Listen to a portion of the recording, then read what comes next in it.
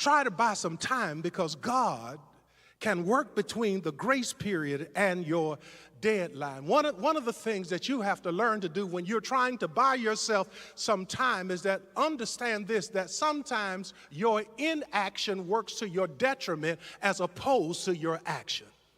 Leonardo da Vinci, that great sculptor, that great painter, that great thinker, he says this: the disuse of iron, he says, causes it to rust. He says when it comes to water, he says that water becomes impure, becomes impure when it's stagnation. But then he goes on to say that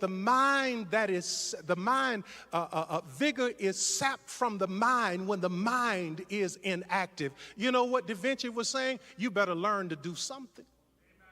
When you've been given a deadline and a grace period, you better do something.